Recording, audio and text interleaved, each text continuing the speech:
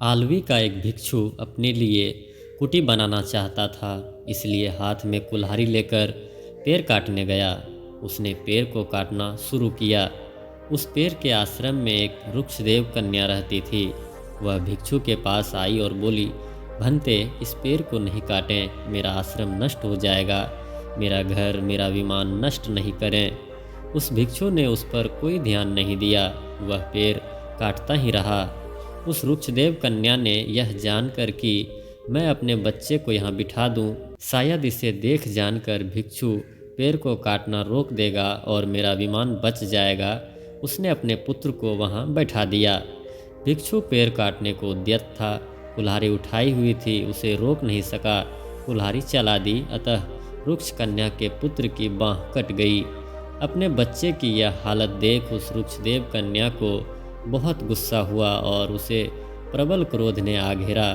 अब वह उस भिक्षु को ही जान से मार देना चाहती थी, किंतु उसके मन में विचार आया कि अगर मैं इसे मारूंगी तो मैं एक सील की पालना करने वाले की मौत की भागीदार बनूंगी। ऐसा विचार मन में आते ही भिक्षु को मारने के लिए ऊपर उठे हाथ नीचे कर लिए एवं अपने को काबू में कर लिया, संयत कर लिया, गुस्से पर लगाम लगा दी। वह वहाँ से रोती हुई, विलाप करती हुई भगवान के पास गई। भगवान ने उससे उसके विलाप का कारण पूछा। उसने सारी व्यथा सुनाई। भगवान ने साधु साधु कहकर उसकी प्रशंसा की और कहा, तूने बहुत अच्छा किया, क्रोध ना आया, क्रोध की परिस्थिति ना बनी और तुमने क्रोध नहीं किया। यह बहुत महान गुण है। किसी ने गाली दी तो तुमने क्रोध नहीं किया, किसी ने बुरा भला कहा तो तुमने क्रोध नहीं किया, तो क्या यह थोड़ा गुण है? किसी ने गाली दी और तुमने क्रोध नहीं किया, क्रोध की परिस्थिति हुई और तुमने क्रोध नहीं किया, किसी ने बुरा कहा और तुमने क्रोध नहीं किया, यह बड़ा गुण है। वही सच्चा सारथी है जो चढ़े हुए क्रोध को भटके हुए रथ की भांति रोक लेता है, उसी को मैं सारथी कहता हूँ। दूसरे तो केवल लगाम पकड़ने वाले हैं। अपने भीतर क्रोध भरा पड़ा है, उसे अक्रोध से जीतो, असाधुता को साधुता से जीतो।